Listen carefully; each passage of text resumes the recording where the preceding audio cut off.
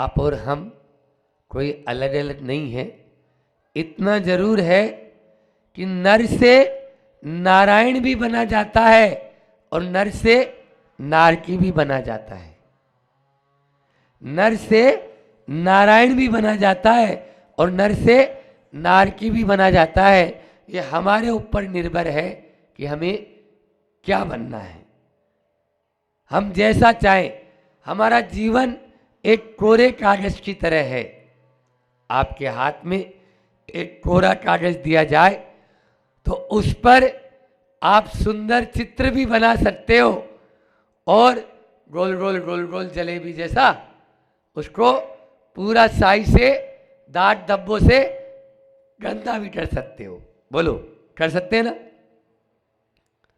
अपने जीवन को सुंदर चित्र बनाना चाहते हो या दांत धब्बों जैसा गंदा करना चाहते हो?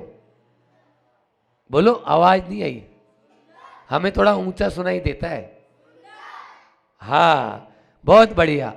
सुंदर बनाना है तो सुंदर बनाने के लिए अभी हमारे एच की एक अल्फाबेट की सीरीज चल रही है। उसमें आज एच का नंबर है। क्या का नंबर है? H for x-ray. H for x-ray होता ना, जानते? एक होता है फोटो और एक होता है एक्सरे। अच्छा ये बताओ, फोटो पसंद करते हो या एक्सरे? हाँ, बहुत बढ़िया, बजाओ ताली अपने ही सम्मान में। हाँ। फोटो सब चाहते हैं मेरी फोटो बहुत अच्छी आए। अच्छा, फोटो तो उतरवाते हैं जाके स्टूडियो में, और एक्सरे कोई खिंचवाना चाहता है? कोई की हड्डी टूट जाए तब एक्सरा होता है, समझ में आया? कोई की छाती में कफ जम जाए तो एक्सरा होता है। एक्सरा कोई भी नहीं उतारना चाहता और फोटो सब उतरवाना चाहते हैं। इसी से समझ लो कि हमें ऊपर ऊपर का रूप तो अच्छा लगता है, भीतर का स्वरूप अच्छा नहीं लगता। रूप सबको अच्छा लगता है, चेहरा सबको अच्छा लगता है, लेकिन भीतर में अच्छा नहीं लगता। एक बार ऐसा हुआ, एक व्यक्ति के यहाँ दुकान खोली उसने फोटो खिंचाने की। अब तो मोबाइल में कैमरे आ गए सबके, पहले ऐसा नहीं था। पहले दुकानों पर फोटो खिंचवाने जाना पड़ता था, समझ में आई? अपना जो जमाना था उस समय। तो उस पर लिखा था, आप जैसे हो, आप जैसे हो वैसी फोटो खिंचाने के 5 रुपए। आप जैसे हो वैसी फोटो खिंचाने के 5 रुपए। लोग आपको जैसा देखते हैं वैसी फोटो खिंचाने के 10 रुपए। लोग आपको जैसा देखते हैं वैसी फोटो खिंचाने के, और आप लोगों को जैसा दिखना चाहते हो वैसी फोटो खिंचाने के 20 रुपए। आप लोगों को जैसा दिखना चाहते हो वैसी फोटो खिंचाने के, आप लोग ताजुब मानोगे, उसके यहाँ 5 रुपए वाला और 10 रुपए वाला कोई आता ही नहीं था, सब 20 रुपए वाले आते थे। क्योंकि सब लोगों को अच्छा दिखना चाहता है कि मुझे, मैं कैसा भी हूं लेकिन लोग मुझे अच्छा समझे। भाई ऐसी फोटो हर आदमी खिंचाना चाहता है, यही दुर्दशा है। एक बार गुरुदेव के चरणों में एक विद्वान, 1987 की घटना है, जो हमारे गुरुजी हैं उनके चरणों में एक विद्वान आए। वो एक कैमरा साथ में लाए, पहले कैमरे चलते थे, और इधर से दबा रहा है, उधर से दबा रहा है, इधर से दबा रहा है। 3, 4, 5, 10 फोटो ले लिए उसने। तब आचार्य श्री जी ने धीरे से बोला, फोटो क्या लेते हो, एक्सरा उतारो तो जानू। आचार्य श्री जी ने क्या बोला? अरे फोटो क्या ले रहे हो, एक्सरा उतारो तो जानू। हमारी बाहर की तरफ दृष्टि रहती है, भीतर की तरफ दृष्टि नहीं रहती। समझ में आ रहा है? महाराज जी थोड़ा क्लिष्ट हो रहा है, बच्चों के हिसाब से बताता हूं। बाहर तो हम अच्छा दिखना चाहते हैं, लेकिन भीतर से सब, बाहर से तो टिप टॉप और भीतर से फुटपाथ हो गया। भीतर में सब फटे हुए हैं। आदमी ऊंची दुकान और फीके पकवान। दुकान तो ऊंची है और पकवान फीके हैं। जैसे कि हमें ये मनुष्य जन्म मिला, एक उदाहरण देके समझाता हूं आप लोगों को अपनी भाषा में। हमें ये मनुष्य जन्म मिला, दुर्लभता से मिला। मनुष्य हर कोई तो नहीं होता, बोलो। कहीं कीड़े मकोड़े हो जाते हैं, कहीं पे गाय भैंस बन जाते हैं, कहीं पे गधा बन जाते हैं, कुत्ता बन जाते हैं, बिल्ली बन जाते हैं, लेकिन हम क्या बने? मनुष्य बने। हमें ये चीज समझ में आई कि नहीं, ये चीज अच्छी और ये बुरी है, ये मनुष्य में ही होता है। नहीं तो सुअर तो आपकी विष्ठा भी खा लेता है, जो आप लोग सोच जाते हो उसको खा लेता है, वो भी स्वादिष्ट लगती है उसको, लेकिन उसको थोड़ी मालूम है कि वेस्ट मटेरियल है। समझ आया? फिर भी इस मनुष्य जन्म को हम व्यर्थ ही गंवा देते हैं, केवल मात्र इस शरीर की पुष्टि के लिए, इस शरीर की पुष्टि के लिए, मोटा होने के लिए। सब कोई मांसाहार कर रहा है, कोई अंडा खा रहा है, कोई शराब पी रहा है, पड़ा है नाली के किनारे। शराब में क्या होता है बोलो बच्चों? शराब पी लेता है, उसको होश रहता है क्या? बोलो ना। आपको पीना है, कभी कभी पी लेंगे। अब मान ली पिताजी पीते हैं तो अपन को तो पीना ही पड़ेगा ना, बोलो। पिताजी पिता पीता है, पिता पीता है, इसलिए हम भी पिएंगे, ऐसा तो नहीं है। बोलो, आज से शराब का त्याग कर सकते हो? नहीं कर सकते, तो पीना है, इसका मतलब शराब अच्छी चीज है आपके लिए। शराब पीने की क्या स्थिति होती है देखो, छोटी सी बता देता हूं, एक्सरे की बात की है मैंने।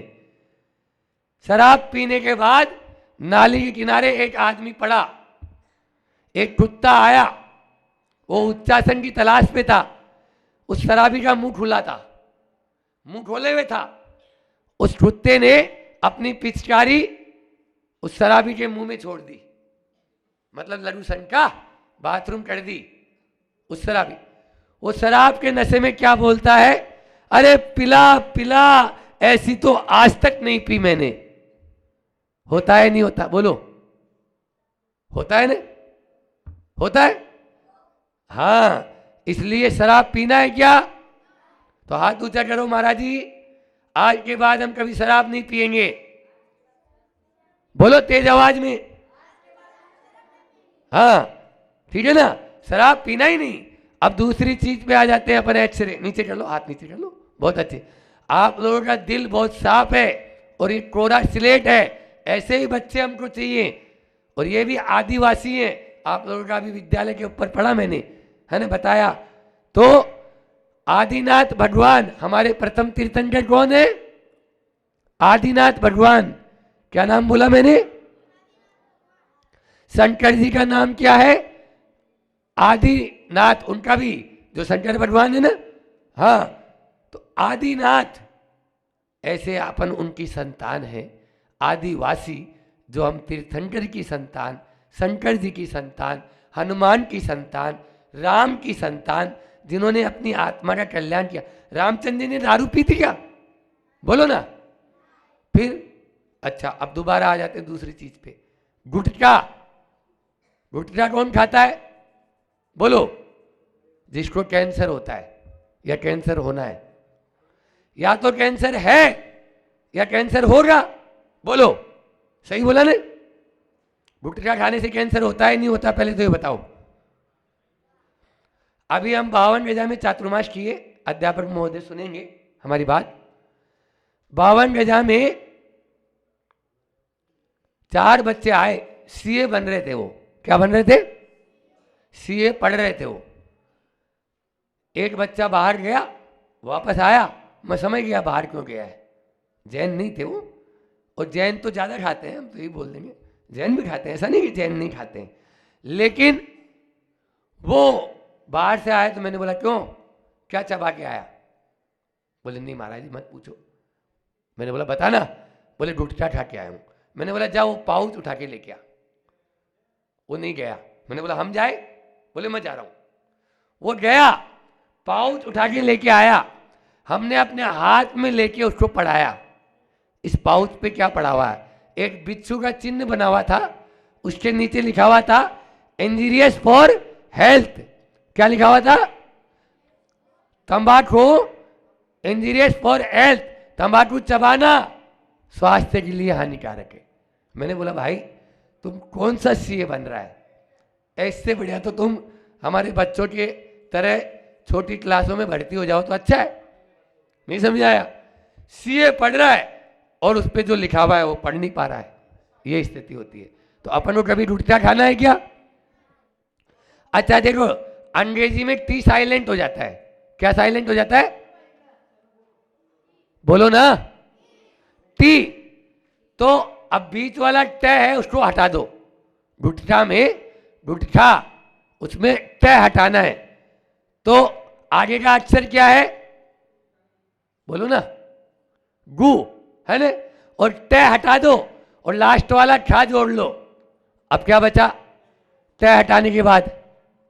बोलो ना, कभी खाएंगे आप लोग?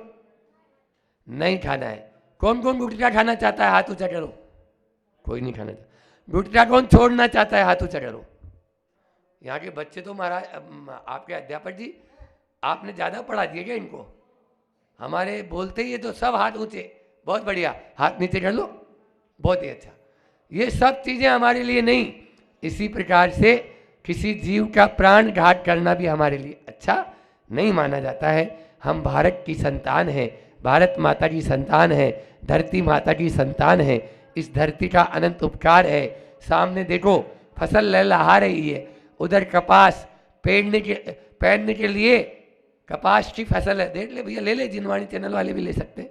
और इधर गेहूं की फसल है, उधर गन्ना खड़ा है। बोलो और क्या चाहिए आप? मेरे देश की धरती सोना उड़ले उड़ले हीरे, फिर भी आदमी पोटी खाने में लगा हुआ है, मोती नहीं। आदमी थर्ड क्लास खाने में लगा हुआ है। इतनी अच्छी अच्छी चीजें यहाँ पर उपज रही है, उनको नहीं खाता और मुर्गा मार के खा रहा है, कोई बकरा मार के खा रहा है।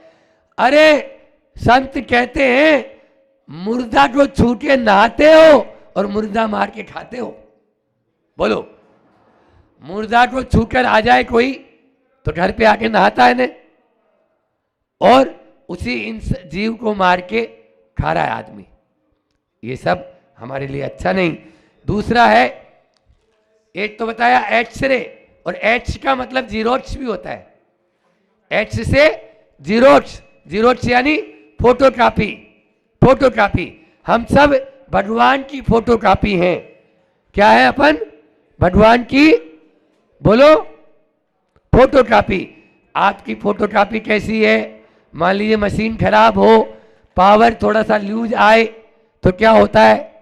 काली काली आती है। बोलो बल्लू भैया, काली काली फोटोकॉपी आती है। हमारा भी भगवान से नाता कम है, इसलिए काली काली फोटोकॉपी आती है। अच्छा नाता जोड़ लो भगवान से, फोटोकॉपी अच्छी आएगी, अच्छी आएगी। और तीसरा है एच फॉर एच विजन, अच्छी दृष्टि। हमारी दृष्टि बढ़िया होनी। मैंने बोला जैसे अपने विचार होते हैं वैसे ही अपना संसार हो जाता है। इसलिए 4 प्रकार के लोगों के साथ अपन को अच्छी दृष्टि रखना है। चाहे वो 4 प्रकार के लोग कौन कौन है? बोलो, कौन कौन है? नहीं बोल रहे। अपने समाज के साथ हमें अच्छा विजन रखना है, फिर उसके साथ में परिवार के साथ में अच्छा विजन रखना। जो हमारे जन्मदाता है, जो जीवन दाता है, ऐसे माता पिता के प्रति अच्छा विजन रखना है। और जो हमें उपदेश दे रहे हैं, अच्छी राह बता रहे हैं, ऐसे सदगुरु के प्रति अच्छी विजन रखना है। तो मैं कह रहा था कि अच्छी दृष्टि रखो, जैसी दृष्टि वैसी सृष्टि। बोलो, जैसी दृष्टि वैसी सृष्टि। हमारी दृष्टि अच्छी हो। ये बताओ, आंखों पे अपन लाल चश्मा लगा लेंगे कैसा दिखेगा अपन को? लाल चश्मा लगा लेंगे तो सामने कैसा नजर आएगा? लाल लाल बोलो ना। और हरा चश्मा लगा लेंगे तो अपनी आंखों पर लाल चश्मा मत लगाओ, हरा चश्मा लगाओ ताकि सब अच्छा अच्छा नजर आए, तभी हमारा ये भारत प्रति भारत बन सकता है। आज हमने आपके सामने 3 बात रख दी, एक्सरे और फिर एच फॉर जीरोट्स, एच फॉर एच विजन और एच पार्टी भी होती है। इनके माध्यम से हम अपना कल्याण कर सकते हैं। निश्चित रूप से आत्मा का कल्याण तो हमारे भीतर उतरेंगे तभी है। भारत को आप भारत ही बोलें, ये भी एक अभी हमने आज जहाँ भी विद्यालय था वहाँ पर भी हम बोल के आए। दूसरा, हमें हमारी मातृभाषा, ये पुस्तक अभी आपके यहाँ विद्यालय में छोड़ेंगे हम, है ना, इसमें लिखा हुआ है हमारी मातृभाषा के प्रति हमारा सम्मान होना चाहिए। तीसरा है, हमें अपने हाथ से वस्त्र बनाओ। कपास अपन को मिल रहा है, हम बाजार क्यों भेजें, अपने हाथ से हथकरघा का उपयोग करें। और इसी के साथ में गौशाला का, जो गाय होती है वो हमारी माता है ना, गाय माता, धरती माता, भारत माता और जन्म देने वाली माता, इन माता का ध्यान रखेंगे तो हमारा कल्याण भी अच्छे से होगा या नहीं होगा, जरूर होगा। इन माताओं को अपन कभी ना भूलें। चलिए तो अब हम बोलेंगे, आप लोगों को नारा लगाना है, ठीक है ना। पहला है, हम पाठशाला में लगवाते हैं ये नारे, कोई दिक्कत नहीं है। तो आप लोगों को नारा लगाना है, अन्न जहां का, तो आप लोग बोलना हमने खाया। अन्न जहां का, अन्न जहां का, नीर जहां का हमने पिया। नीर जहां का, नीर जहां का, नीर जहां का, वो है प्यारा देश हमारा, वो है प्यारा, वो है प्यारा, हम बहरे हैं, वो है प्यारा, और तेज, वो है प्यारा देश हमारा, भारत प्यारा देश हमारा, देश हमारा, देश हमारा। देश की रक्षा कौन करेगा, आप लोग बोलना, हम करेंगे, हम करेंगे। देश की रक्षा कौन करेगा, थोड़ा हाथ ऊंचा करके बोलो, ऐसे क्या। देश की रक्षा कौन करेगा, धर्म की रक्षा कौन करेगा, बोलिए अहिंसा परमो धर्म की, आचार्य गुरु और विद्यासागर जी महामुनि राज की। दूध तपता है और दूध तपने के बाद क्या होता है, दूध ठंडा होता है। जब ठंडा होता है, दूध का ठंडा होना ही क्या है, थमना है। और थमने के बाद मैंने बात करी थी कि आपने दूध में क्या डाला, दही डाला। और दही जो डाला है, वो दही दूध में जब मिलेगा और रमेगा तो रमना होगा। जब दूध का दही में रमना होगा तभी वो दही बन पाएगा। और दूध को अपना दूधपन भूलना होगा, दूध को अपना दूधपन भूलना होगा तभी वो दही बन पाएगा। और वो भी क्या, भूलने के साथ दही को क्या करना पड़ेगा, मुड़ना होगा। जब वो दही मुड़ेगा तभी क्या बनेगा, तब वो दही मुड़ेगा। और मुड़ने के बाद कहाँ जाना होगा उसको, या उसकी अगली यात्रा क्या होगी, तो बोले वो मथना होगा, उसको दही का मंथन होगा। और जो मंथन है, मंथन में भी क्या, हजारों चोट लगती है। और वो हजारों चोट उस दही को मथते समय क्या होगा, तो बोले उसे सहना होगा। और सहने के बाद जब वो मक्खन का रूप ले लेता है और वो बाहर आता है, मक्खन सहता है, ठोकर खाता है तो ऊपर तैरने लगता है मक्खन। वो जो मक्खन है उस पर जो चोट लगती है, और चोट के बाद फिर क्या होता है, उसका खुलना होता है। और खुलना ही क्या होता है, उसका घी का स्वरूप में वो प्रकट हो जाता है। घी रूपी मंत्र जब ही हो पाएगा जब इतनी सारी यात्रा में हम चलेंगे। इन्हीं बातों को हमने 8 प्रकार से मन के ऊपर घटाया था। क्योंकि तपना जब ही होगा जब हम मन को जपेंगे, और मन की सार्थकता जब ही होगी जब इस प्रकार से 8 यात्राओं के माध्यम से हमने अपनी बात आज सुबह प्रारंभ करी थी कि मन का थमना ही तपन है, मन का थमना ही तपन है, मन का रमना ही तपन है, और मन का भूलना ही तपन है, मन का मुड़ना ही तपन है, मन का मथना ही तपन है, मन का सहना ही तपन है, मन का खुलना ही तपन है, मन का जपना ही तपन है, और मन का जपना ही तपन महत्वपूर्ण अंतिम बिंदु है। मन का जपना ही तपन है। ये 8 बात आपसे करी थी, उसमें से 3 बातें मैंने सुबह कर दी थी। बहुत जल्दी में हम इन बातों को रख रहे हैं क्योंकि अभी आगे भी बहुत सारा काम है। मन का थमना ही तपन है, तो उसमें हमने आपसे यही कहा था कि जो हमारे अंदर के संकल्प विकल्प हैं, जब तक इनको हम छोड़ेंगे नहीं, जब तक इनको हम विराम नहीं देंगे, तब तक हम असली तप की ओर जा ही नहीं सकते। मन को थामने के लिए हमें हाथ पर हाथ रखकर और मन को साथ रखकर बैठना होगा। मन को साथ रखकर बैठेंगे तभी आत्मा का बोध हो पाएगा, अन्यथा आत्मा का बोध नहीं हो पाएगा। थमना अर्थात रुकना होगा, कहीं ना कहीं नहीं रुकेंगे तो आत्मा को प्राप्त नहीं कर पाएंगे। और फिर उसके बाद बात करी थी क्या, मन का रमना ही तपन है। मन का रमना में मतलब यही बोला था, जैसे दूध और दही डालते हैं तो जब एक दूसरे के साथ संयोग होता है, एक मेक होते हैं, उसके बाद ही वो दही रूपी उसमें दही का तत्व आ पाएगा। अब हम लोग इतना आपको दे रहे हैं ज्ञान रूपी दही, आप कितना उसका लाभ ले पा रहे हैं। जब तक हमारी वाणी के साथ आप रमोगे नहीं, तब तक आप भी दही में नहीं परिवर्तित होगे। रमना होगा और परिवर्तित होना पड़ेगा, आपको जमना होगा हमारे साथ, तब आपका जीवन बदलेगा। अर्थात वो तप नहीं है जो ऊपर से हो रहा है। तब ये अपन ने बात करी जिसके जीवन में प्रभु और गुरु की भक्ति की ज्योति की तपन नहीं है, उसका जीवन अंधकारमय है। और फिर उसके बाद बात करी थी मन का भूलना ही तपन है। और भूलना कैसे है? भूलना है अपने शरीर को, भूलना है अपने परिवार को, भूलना है जितने चिर परिचित लोग हैं उनको, क्योंकि जो भूलना सबसे कठिन कार्य है। पर इसी कारण से हम इस संसार में झूल रहे हैं। और आचार्य श्री का एक हाइको बहुत अच्छा था, परिचित भी अपरिचित सा लगे बस हो गया। परिचित भी अपरिचित सा लगे बस हो गया। ये आचार्य श्री का है को ये 3 बिंदु हमने सुबह आपके लिए दे दिए थे। चौथा क्या है? चौथा है मन का मुड़ना ही तपन है। चौथा बिंदु है मन का मुड़ना ही तपन है। जैसे दूध दही की ओर मुड़ा, उसके बाद वो उसका घूमना हुआ, इसी प्रकार से हमें अपने पंचेंद्रिय के विषय भोगों से जब तक मुड़ेंगे नहीं, उन्हें जीवन से निकालेंगे नहीं, उन्हें अपने जीवन को स्वतंत्र नहीं करेंगे, तब तक ये मान के चलना वो मन नहीं रहेगा। वो मन तो अधोगति की ओर ही जाएगा। ऊर्ध्व गति पे जाना है तो मन को मोड़ना होगा। किससे मोड़ना होगा? पंचेंद्रिय के विषयों से हमें मोड़ना होगा। जिन्होंने अपने मन को नहीं मोड़ा है वही संसार के मोड़े में फंसे हैं। जिन्होंने अपने मन को नहीं मोड़ा है वही संसार के मोड़े में फंसे हैं। मोड़ा समझते हैं आप? जो मोड़े हम लेते हैं, जो अगर थोड़े बहुत स्वाध्यायशील होंगे तो समझते हैं क्या मोड़े होते हैं। मोड़े कितने होते हैं? तो 3 मोड़े में हम फंसे हुए हैं। अधिक से अधिक 3 मोड़े ले रहे हैं। वो मोड़े का कारण ये क्योंकि हमने मन को नहीं मोड़ा, इसलिए फंसे हुए हैं। बंधुओं, मुड़ने के लिए मूड बनाओ, मुड़ने के लिए मूड बनाओ, क्योंकि ये मूड हमारा है। हम जैसा बनाएंगे वैसा बन जाएगा। मेरा मूड नहीं है, इसे जीवन से निकाल दो।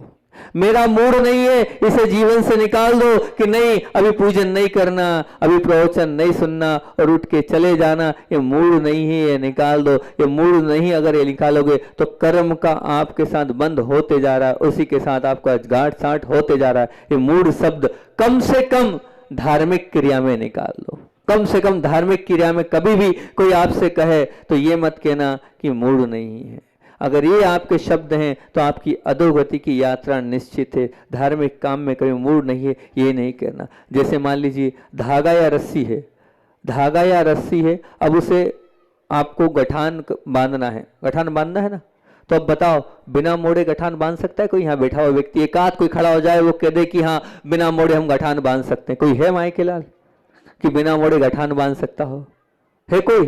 तो बस उसी प्रकार से मैं इसके विषय में यही कहना चाहूंगा, पुण्य की गठान अगर बांधना है, पुण्य की गठान अगर बांधना है तो पंचेंद्रिय के विषय भोगों से आपको मुड़ना होगा। उसके मुड़े बिना गठान पुण्य की नहीं लगेगी। जैसे धागे की गठान बिना मुड़े नहीं लग सकती, इसी प्रकार से पुण्य की गठान भी पंचेंद्रिय के विषयों के और भोगों से मुड़ना होगा, तभी बनेगी, तभी लगेगी। और ये पुण्य की गठान जब तक नहीं लगेगी तब तक आपका विकास भी नहीं होना है। और पुण्य की गठान ही आपको सब दिलाते जाएगी, ये बात निश्चित मानना। वो गठान लगेगी पंचेंद्रिय के विषयों और भोगों से मुड़ने पर। अगली बात, कम कम करते जा रहा हूं अपने विषय को, समय अपने पास कम है। अगली बात है, मन का मथना ही तपन है। मन का मथना ही तपन है। जितना आपने सुना उसका एक हिस्सा भी अगर आपने मंथन कर लिया, उस पर आपने चिंतन कर लिया, तो जैसे दही से मथते हैं और ठोकर खाकर वो मक्खन निकलता है,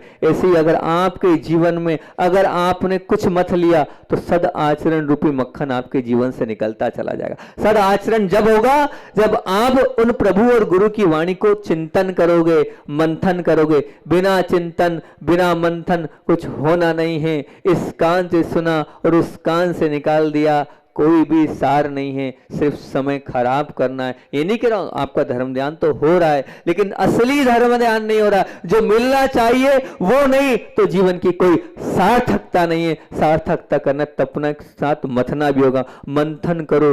जीवन में असंख्यात बार हमने गुरु की वाणी हमने श्रवण करी है, पर अपने जीवन में मंथन नहीं किया है, इसीलिए चिंतन नहीं किया, इसीलिए हम अटके और भटके हैं। हमारी अटकन और भटकन का प्रमुख कारण ये, हम मथ नहीं रहे। और मथना ही असली तपन है, असली तप है। मैं ध्यान रखना, 4 बिंदु देता हूं मथने के ऊपर। इन 4 बिंदुओं को मथना, इस पर चिंतन करना, इस पर अपने मन को लगाना। ये 4 सबसे पहले ये चिंतन करो कि मेरे जीवन का गोल क्या है, मेरे जीवन का लक्ष्य क्या है, मेरे जीवन की मंजिल क्या है, मेरे जीवन को मुझे किस ओर ले जाना है। इस पर चिंतन करना बैठकर शांति से कि मेरे जीवन का गोल क्या है, कोई गोल है कि नहीं है। जो गोल है तो बहुत अच्छी बात है, इस पे करते हैं बाद में और चर्चा। मैं अपने दूसरी बात, मैं अपने जीवन की सार्थकता के लिए कितना जागरूक हूं। ये मनुष्य पर्याय मिली है, इस मनुष्य पर्याय की सार्थकता किससे है और सार्थकता के लिए कितना जागरूक हूं। अगर सार्थकता किससे होती, आप समझदार हैं, मेरी सार्थकता किन कार्यों में होगी, और उन कार्यों जिनसे सार्थकता इस मनुष्य पर्याय की होती। मनुष्य पर्याय में क्या क्या किया जा सकता है वो सार्थकता है। खाना तो पशु भी है और आप भी खा रहे हैं, लेकिन क्या खाना है, क्या करना है, किस कारण से सार्थकता हमारी मनुष्य पर्याय की सिद्ध होगी। उस सार्थकता पे चिंतन करना, मंथन करना, उस पर विचार करना, तो समझना ये बहुत अच्छी बात है। उस पर जितनी जागरूकता से आप विचार करोगे तो दूसरा चिंतन का विषय दिया। फिर तीसरा, मैंने इस मनुष्य पर्याय का कितना आनंद लिया। मनुष्य पर्याय में जो आनंद है वो कहीं नहीं है। अभी देखा आप लोगों ने, वो 2 लोग हाथ टेक लिए, क्यों? क्योंकि उनको अधिकार नहीं है।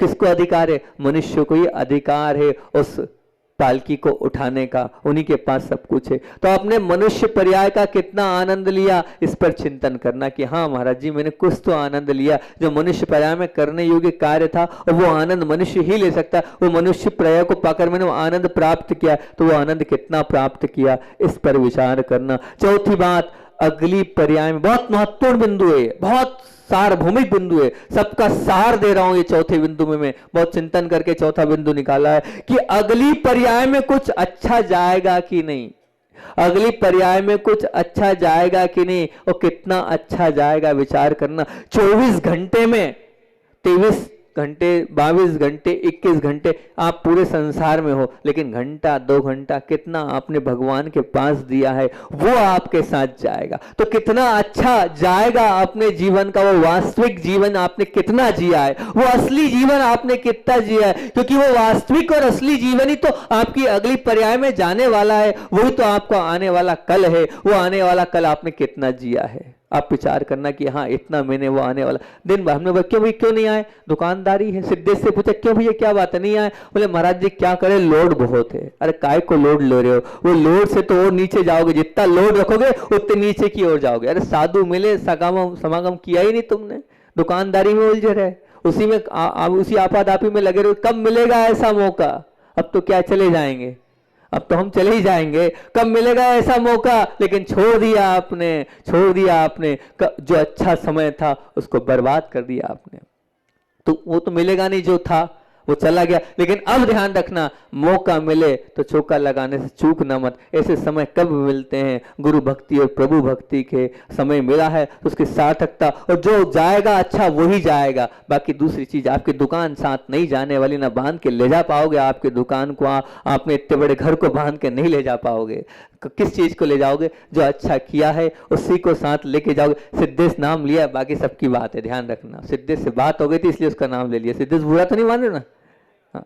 तो 4 बातों पर चिंतन करना। चिंतन करो, मेरे जीवन का क्या गोल है, दूसरा मैं अपने जीवन की सार्थकता के लिए कितना जागरूक हूं, और मैंने इस मनुष्य पर्याय के लिए कितना, मेरे इस मनुष्य पर्याय में कितना आनंद लिया है। सुबह भी मैंने बात करी थी कि मेरे जीवन का गोल्डन समय क्या है, तो बस जो गुरु की सेवा करी वो गोल्डन समय है, जो मैंने आत्मा का अनुभव किया वो मेरे गोल्डन समय। बाकी व्यर्थ समय, व्यर्थ तो नहीं कह सकता, लेकिन वो चीज नहीं है जो चीज उसमें थी गुरु सेवा में और आत्मा अनुभव में। तो आपके जीवन का वो आनंद कितना आपने लिया है, और अगली पर्याय में क्या अच्छा जा रहा है, इस पर चिंतन करना। ये प्रवचन बहुत अच्छा था, लेकिन समय कम होने से मैं बहुत जल्दी अपनी बात को रख रहा हूं, उधर भी जाना है। और छठवां क्या है? मन का सहना ही तपन है। मन का सहना ही तपन है। जैसे दही मंथन की मार को सहता है, और एक बार नहीं सैकड़ों बार उसे मथना पड़ता है, और ठोकर खाना पड़ता है, और खाना पड़ता है। तब क्या होता है? तब मक्खन ऊपर तैरता है। आपको भी अगर ऊपर तैरना है, डूबना नहीं है संसार में, इस संसार से ऊपर तैरना है, तो आपको सहना होगा। जो जितना सहता है वो मान के चलना, वो ऊपर उठनी जल्दी उठता है। जितना सहोगे उतना बहुत ध्यान से सुनना, जितना सहोगे उतना मंजोगे, और जितना मंजोगे उतना चमकोगे, और जितना चमकोगे उतना आपके जीवन का भय, डर, शंका, आलस, चिंता, पीड़ा, रोग सब दूर हो जाएगा। सब अंधकार से ऊपर उठ जाओगे। लेकिन सहना पड़ेगा, सहना पड़ेगा। सहोगे तो मंजोगे, और सहोगे तो चमकोगे, और सहोगे तो ये जितनी चीज है ये सब दूर। सबको यही चिंता है, हमारे बहुत भय है, वो डर है, वो शंका है, बहुत अपने जीवन की चिंता है, पीड़ा है। अरे ये सब आप दूर करो। किससे कर पाओगे? सिर्फ एक ही आदत अपने जीवन में डाल लो, सहना डाल लो। जो सहता है वही सजता है, और जो सजता है वही उसका ही जीवन सज्जनता की ओर प्राप्त कर रहा है। वो जो सहता है वही सजता है, सुबह भी कहा था, और वो सजता है उसका ही जीवन सज्जनता की ओर आगे बढ़ता चले जाता है। आप सहना, आप जितना सहोगे उतना बढ़ोगे। आज तक, अभी पूर्व इतिहास से लेकर अभी तक लगा लेना, जो भी उस ऊपर प्रभु की कोठी पर, उस प्रभु की ऊपर पीठ पर बैठे हैं, वो कौन बैठे हैं? उन्होंने अपने जीवन में सहा है, उन्होंने अपने जीवन में सहा है, इसलिए वो ऊपर बैठे। आप सबको अगर ऊपर उठना है, ऊपर बैठना है, तो क्या करना पड़ेगा? सहना होगा। जो सहोगे तभी ऊपर उठ पाओगे। याद रखना, तुम मोक्ष के द्वार में प्रवेश करना चाहते हो तो सबसे पहले सदगति का दरवाजा खोलना होगा। और सदगति का दरवाजा कैसे खुलेगा? समाधि रूपी जो ताला लगा है उसको खोलना होगा। और समाधि का ताला खोलने के लिए सबसे पहला गुण क्या है? सहनशीलता। सबसे पहली सीढ़ी क्या है? सहनशीलता। अपने आप को टटोलना, आप कितने सहनशील हैं, आप कितने अंदर से पावरफुल हैं, आप कितने अंदर से शक्तिशाली हैं। कहीं ऐसा तो नहीं कि बात बात पर आपकी सहन शक्ति समाप्त हो जाती है। तो मन का सहना ही असली तपन है, मन का सहना ही असली तपन है। ये असली तपस्या है, इसको आप अपने मन से विचार करना। और 7वां बिंदु है, मन का खुलना ही तपन है। मन का खुलना, जैसे मक्खन को अग्नि लगते ही उसने अपना जो अंतरंग का रूप समाहित था वो बाहर निकाल दिया, उसी प्रकार ये धर्म रूपी अग्नि को आप रोज ले रहे हो। आपका मन खुला कि नहीं खुला? अर्थात आपका मन जो है वो जैसा बाहर है वैसे ही अंदर है कि नहीं? कहीं ऐसा तो नहीं है कि आपके मन में कुटिलता है, मायाचारी है? कुटिलता और अगर मायाचारी है तो अभी आपका मन नहीं खुला है। मन आपका भी हाल अभी दूर है। मन खोलो, मन खोलो से तात्पर्य यही है कि जो अंदर है उसको बाहर दिखा दो कि ये देख लो यही मेरा मन है। ऐसा नहीं कि मैं अंदर अलग हूं और बाहर अलग हूं। पूजन करना, प्रवचन करना, मान लो प्रवचन सुनना भी, दान देना, आहार दान देना, भक्ति करना, ये सब है, लेकिन मन की शुद्धता नहीं है तो इनकी कोई सार्थकता नहीं है, धर्म नहीं है। क्योंकि मन में होए सो, बोलो तो, पढ़ते हो वचन से उचरिए। अगर मन आपका शुद्ध नहीं है तो कोई मतलब नहीं, कोई मतलब नहीं। एक बहुत अच्छी बात याद है कि इस मन को बताने के लिए एक भक्त था, भगवान की खूब भक्ति कर रहा था, खूब भक्ति कर रहा था। भगवान भी उस भक्त की भक्ति पर प्रसन्न हो गए। वो और प्रसन्न होने के बाद वो जो भक्त से बोलते हैं, मैं तेरे से इतना प्रसन्न हुआ हूं, इतना प्रसन्न हुआ हूं कि मैं लोगों से पूछता हूं क्या चाहिए वरदान, क्या चाहिए वरदान, पर मैं से वरदान की बात नहीं करता हूं, मैं तो तेरे मन में ही रहने आ गया हूं, मैं तो तेरे मन में ही रहने आ गया हूं। तो भक्त बोलता है नहीं नहीं भगवान, ऐसी गलती मत करना, ऐसी गलती मत करना, मैं अपने मन में आपको रख नहीं सकता हूं, क्योंकि मेरा मन ही इतना शुद्ध नहीं है कि मैं अपने मन में आपको कैसे रख सकता हूं। मैं आपके मन में नहीं रह सकता हूं, मैं आपको अपने मन में नहीं रह सकता हूं। बताओ, है क्या आपका इतना मन शुद्ध, इतना मन शुद्ध है कि आप भगवान को विराजमान कर सकते हो अपने मन में? मन में कर सकते हो? नहीं कर सकते हो, तीन काल में नहीं कर सकते हो। साक्षात भगवान, ये तो एक सिर्फ दृष्टांत और एक बताने वाली बात थी, लेकिन आपका मन इतना पवित्र ही नहीं है कि वो मन को आप यहाँ पर आप भगवान के खूब लाख मंदिर बना सकते हो, पर मन को मंदिर बनाने वाला महान होता है। वो बात आपके बीच में रख रहा हूं मैं। जिला शेडवाल ग्राम है, वहीं पर बेलगांव डिस्ट्रिक्ट में, वहां पर पूज्य चारित्र चक्रवर्ती आचार्य शांति सागर जी महाराज जी का चातुर्मास चल रहा था। उस चातुर्मास में वो अपने माता पिता के साथ और बड़े भाई के साथ उनके दर्शनार्थ गए, और वहां पर दृश्य ये था कि श्लोक चल रहा था वर्धमान सागर जी का, आचार्य चक्रवर्ती शांति सागर जी के जो भाई थे गृहस्थ अवस्था के, उनका कैश्लोक चल रहा था, और आचार्य शांति सागर जी महाराज जी का प्रवचन चल रहा था। वो इतना मार्मिक प्रवचन था। उस प्रवचन में आचार्य महाराज ने दो कहानियां सुनाई, और दो कहानियों के माध्यम से, उन कथाओं के माध्यम से आचार्य भगवान कथा नायक बन गए। वो दो कहानियां ऐसी थी, छोटी छोटी कहानियां थी, लेकिन देखो ऐसा है हम भी सुना रहे हैं, लेकिन हमारी बात का इतना असर आप पर नहीं पड़ रहा है, आप वहीं के वहीं हैं। लेकिन वो आचार्य शांति सागर जी तपस्वी सम्राट थे कि उनके मुख से जो निकल जाए वो ही समझ लीजिए क्या हो जाता है। तो अब वो छोटी छोटी ये कहानी थी। सबसे पहली कहानी आपने आगम की सुनी होगी कि एक चोर था, उस चोर से उसके पिता ने कहा था कभी साधु के वचन नहीं सुनना, कभी साधु के वचन, दिगंबर साधु के तो तीन काल में नहीं सुनना।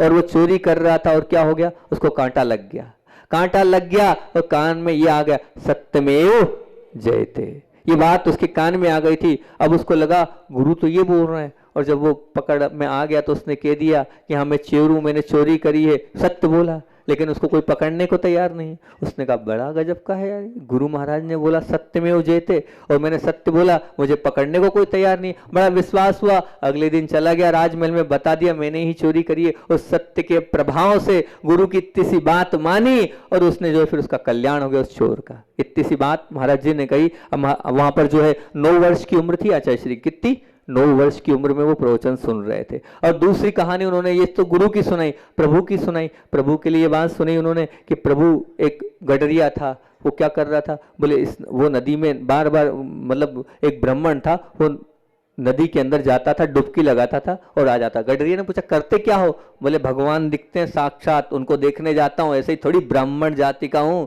सब कुछ दिखते हैं भगवान मेरे को। अब वो गडरिया भी सोचा ठीक है कोई बात नहीं, भली जाति से गडरिया हूं, मैं भी भगवान को देखूंगा। और वो अंदर चला गया, अंदर गया, बहुत देर बाद नहीं आया, लोगों ने हाहाकार मची, कहाँ है कहाँ है। उसने, वो ब्राह्मण ने बोला अरे ये मेरी बात मान के नीचे रह गया भगवान के दर्शन करने। फिर बहुत देर बाद जब आया तो उसने बोला क्यों भैया, तो बोले साक्षात भगवान मैंने देखे। क्या बात करते हो, हाँ देखे, बिल्कुल देखे होंगे, क्योंकि उसकी भक्ति ऐसी थी तो प्रभु भी दिख गए, उसकी भक्ति से उसको प्रभु भी दिख गए। वो बात ऐसी घर कर गई आचार्य श्री जी की, वो दोनों कहानियां ऐसी घर कर गई कि वो जब जा रहे थे तो अपने बड़े भाई महावीर से बोले कि देखो गुरु की बातों पर श्रद्धान करना चाहिए, और प्रभु के प्रति आस्था और भक्ति होगी तो निश्चित कल्याण होगा। और कल्याण किस में है, तो बोले कल्याण तो सिर्फ मोक्ष मार्ग में, मेरे भाव तो मोक्ष मार्ग की हो रही, आगे बढ़ने के हो रहे हैं। इस दो कहानियों के माध्यम से और आचार्य शांति सागर जी के प्रथम दर्शन और प्रथम उद्बोधन सुनने से उनका मार्ग मोक्ष मार्ग की ओर बढ़ा। आप लोगों का भी मार्ग इस ओर बढ़े। नहीं भावना से बोलिए आचार्य भगवान विद्यासागर जी महामुनि राज की।